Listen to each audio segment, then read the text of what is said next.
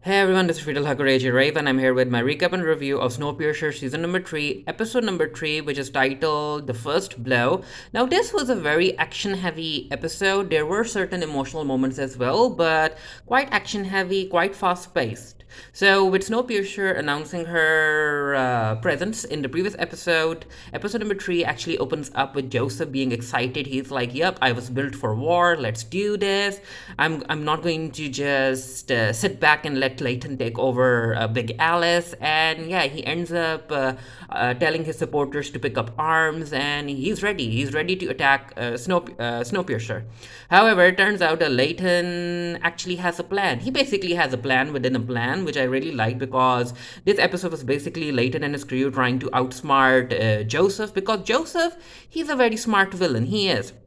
So the first plan is that they are going to block Big Alice's track. They end up having this debris fall on the track, and yeah, Harvey is a bit too late to pump the brakes, and he ends up hitting the debris, and that kind of rattles Joseph, because Joseph is like, okay, so what the heck is Andre planning? What is he trying to do? And while he's trying to think of something, he tells Kevin to go and try and calm the public down, because Joseph is like, you know what, with Layton back, his people are going to be riled up, and I want you to figure out where the resistance is, and I want you to stop things from getting out of control. And Kevin is like, oh, I really thought that you were never going to ask me to do that, because Joseph actually has given Kevin permission to torture people.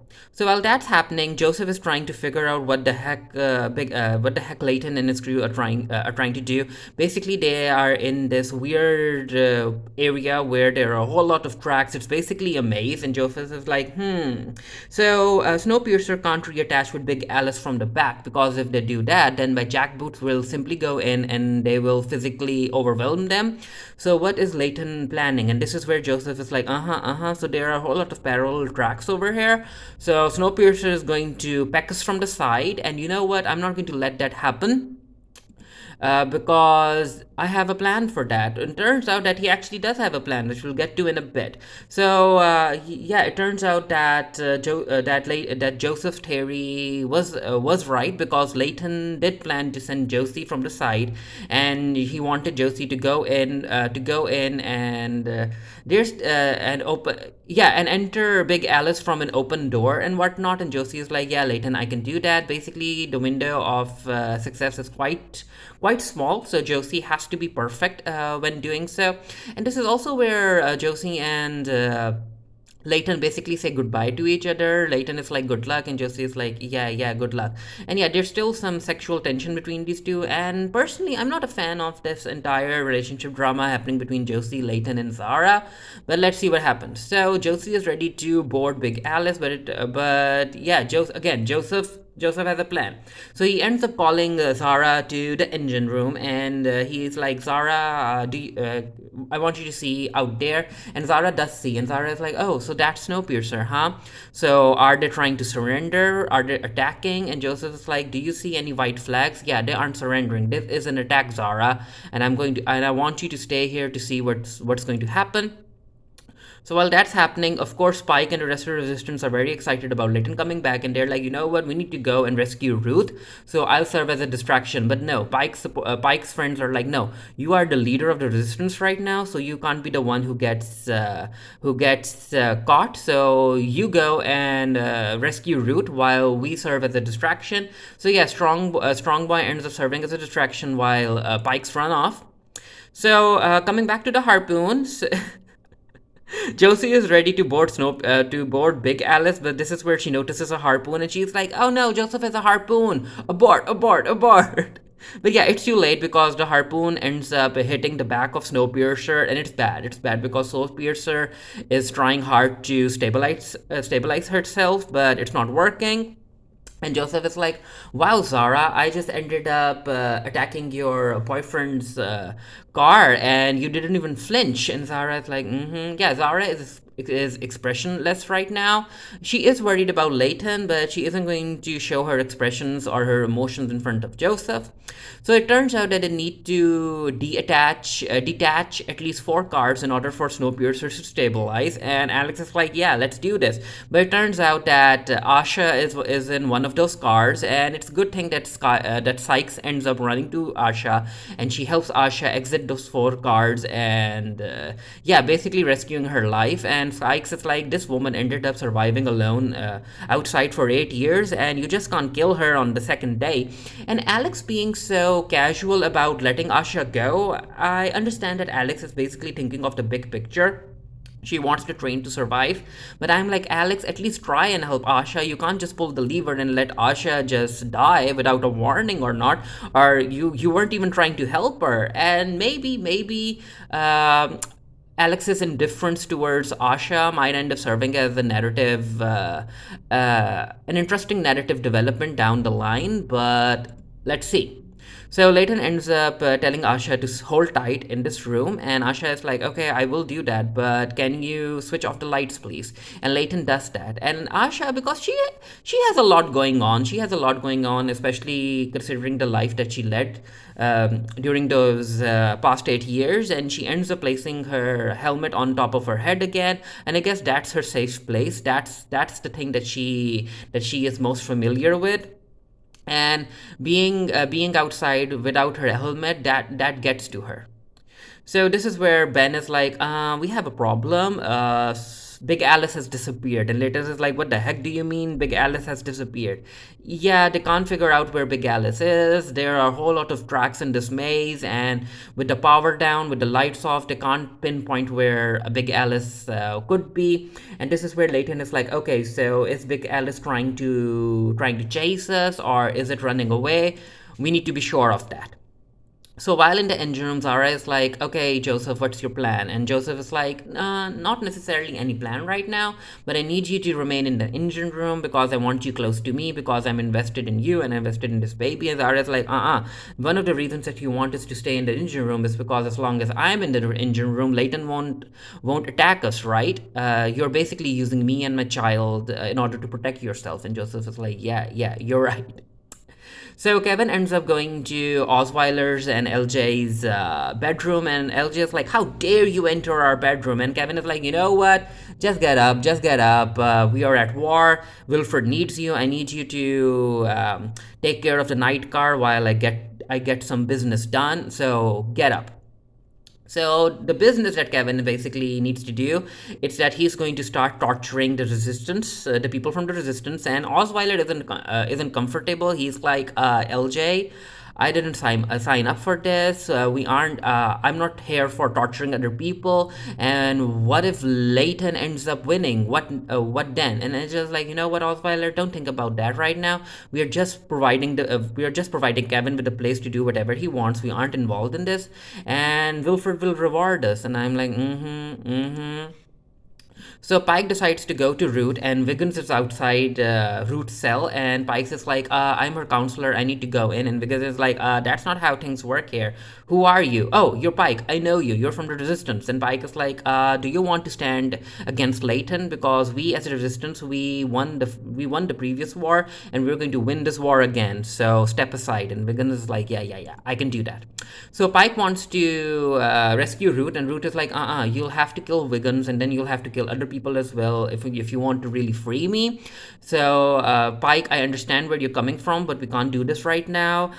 This war is bigger than the both of us, so we need to figure out another way to help Layton. And Pike is like, well, with the powers off, Snowpiercer won't be able to pinpoint where Big Alice is. And Root is like, I have a plan. So basically, Root's plan is that she is going to ask Pike to fire some fireworks, and it works. It does work. So Layton goes in to check on Asha, and yeah, Asha is very disturbed right now, and she's like, okay, so Wilfred is after us, the great engineer, Mr. Wilfred. And Layton is like, well, there's nothing very great about him. We are basically the one. We basically ended up working a lot and losing a lot of people to be free of his tyrannical rule. And yeah, Asha, she still thinks of Mr. Wilfred as a very brilliant person. So I'm looking forward to seeing what she thinks of him when she ends up meeting him face to face. Because Layton is like, you know what, we're just going to reattach ourselves to Big Alice, and you'll see who Mr. Wilfred is soon enough.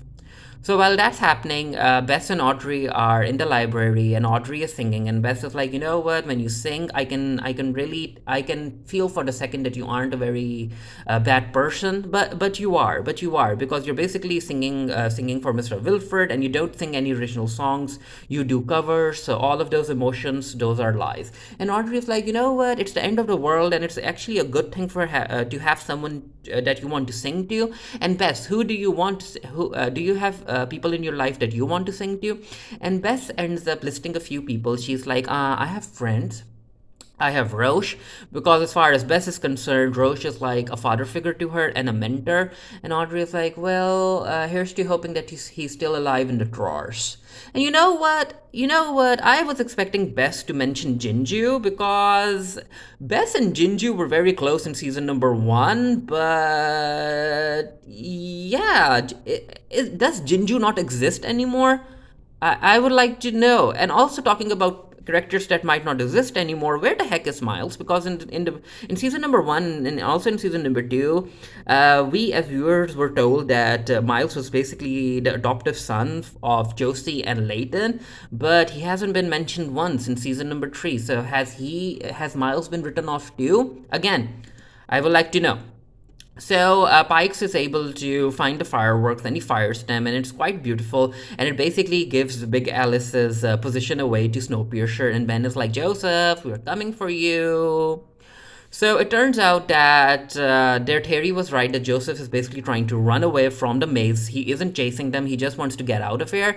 And after a few kilometers, he will be back. He will be running away from them, and it will be a single track, and yeah, they won't be able to catch up to him on time. And this is where Ben is like, okay, Alex, do you think that we can still get to him right now before he exits the maze? And Alex is like, well, it's all assumptions, but let's try it out. And Harvey ends up warning Joseph that, you know what, we won't be able to uh, continue with our high speed. We are basically running on fumes, but Wilfred wants to get the heck away from Snowpiercer, and he's like, no, no, no, no. Use all of the power reserves, use every ounce of energy. We need to get out of here. So Kevin has decided to torture Strongboy because he volunteered, and yeah, he ends up breaking Strongboy's fingers one by one after freezing them. And Kevin is like, okay, so are you going to talk now? And Strongboy is like, no. And this is where Kevin basically ends up freezing Strongboy's tongue, and I'm like, wow, Kevin, wow. And yeah, Kevin needs to die. Even though I do enjoy his obsessiveness with Wilfred, Kevin needs to die. And again, this is where Oz is like, I'm not a fan of this. What's happening? What's happening? I don't like this. And yeah, LJ tries to calm him down. LJ is like, don't worry about this. Don't worry about this. Wilfred will reward us and all of that stuff. So after they end up pinpointing Big Alice's position, this is where Josie is like, okay, so what do we do next? Are you sure that we can handle this? And Layton is like, yeah, yeah, we're sure. We can do this. We can do this.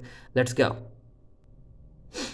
And the plan that Layton has, it actually involves Audrey, because basically Layton's plan is to distract Wilfred long enough for him and Josie to make their way into Big Alice. And yeah, we'll get to that in a bit. So they end up asking Bess to bring Audrey to the engine room, and then they end up contacting Joseph. And yeah, Joseph's like, I want to listen to Audrey. Is she okay? And Layton is like, yeah, she's okay. And I do have an offer for you, Joseph.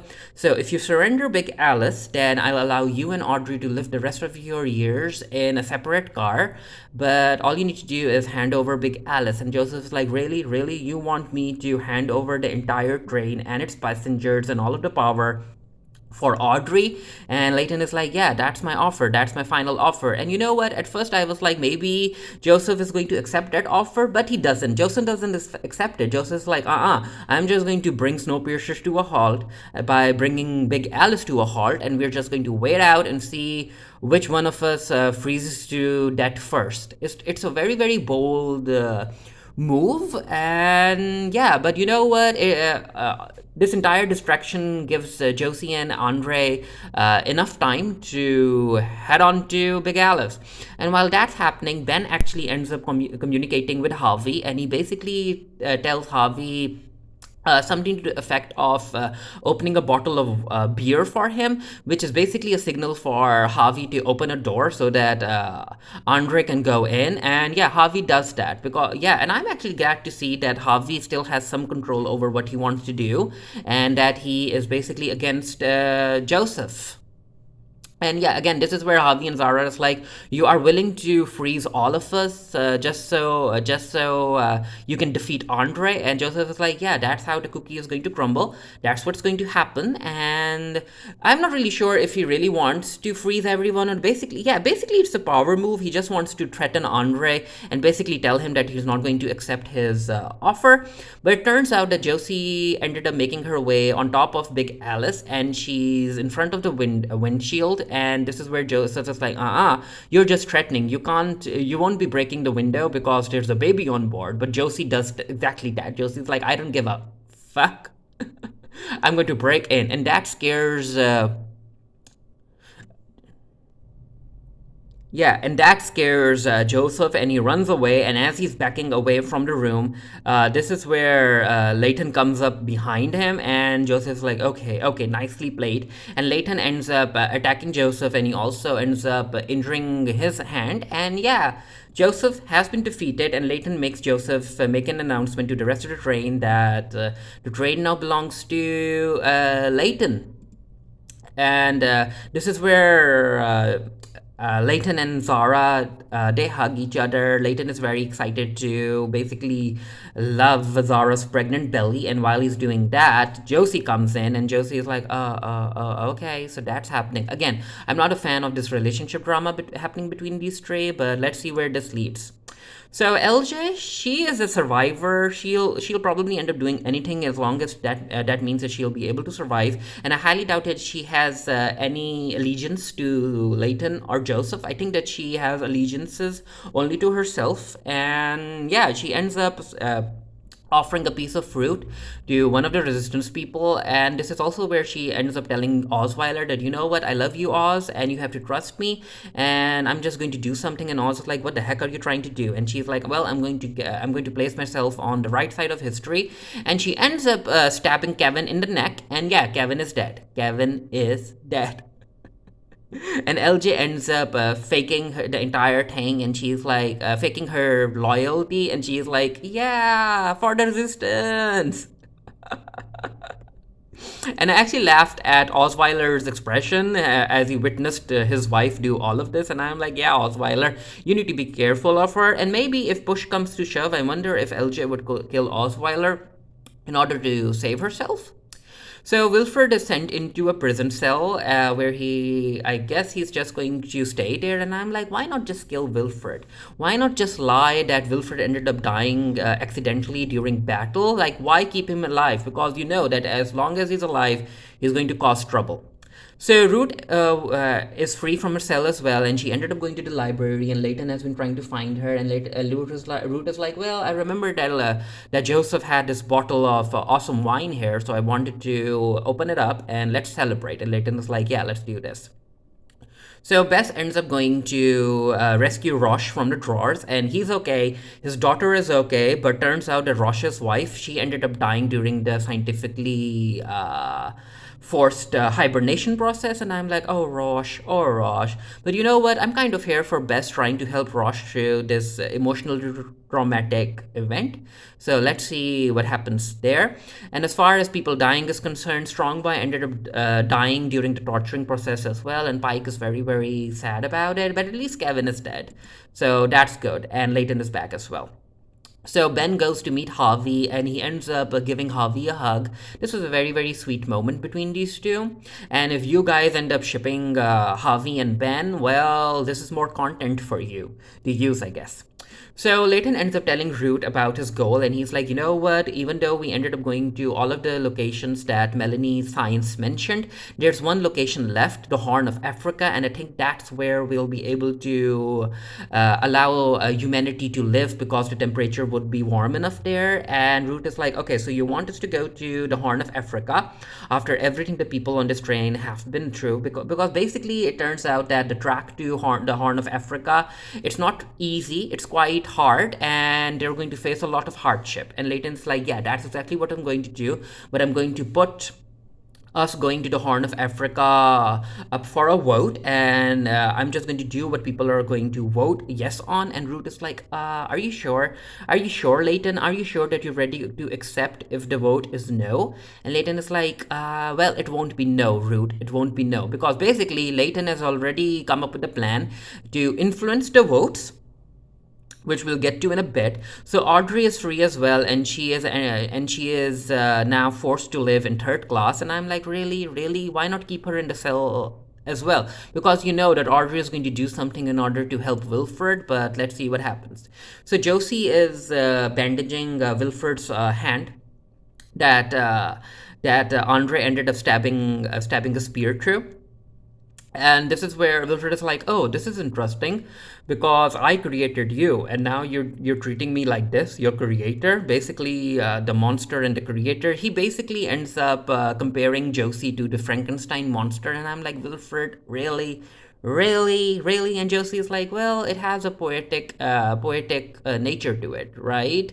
But yeah, again, I guess he's trying to get under Josie's skin, and I really don't want Josie to feel inferior, because I think that she thinks that Andre isn't attracted to her now due to the way she looks, and I'm like, no, that's not it. That's not it, Josie.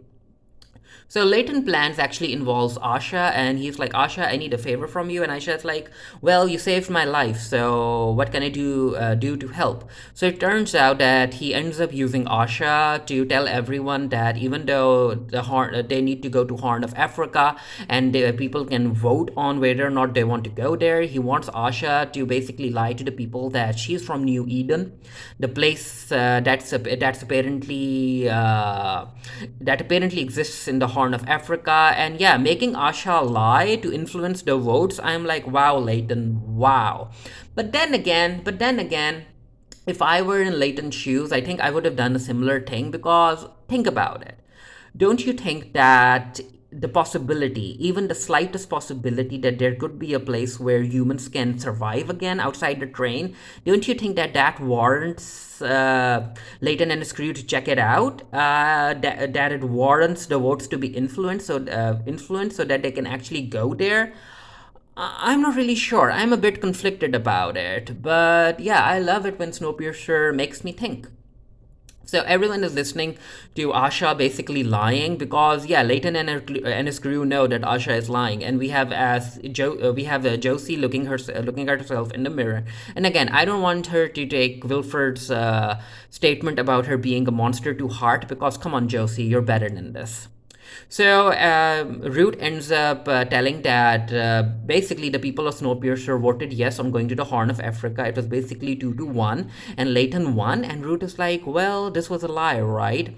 And Layton is like, it was only a single lie. We won't have to lie to the people ever again. And Root is like, I'm not really sure about that, because I think that this train demands a lie, because Melanie ended up lying about Wilfred being in the engine and running the train. And then Alex is like, well, Melanie lied again about saving humanity through her science. And Layton is like, well, we're lying to the people again about there being a survivor from New Eden, and that's where we need to head.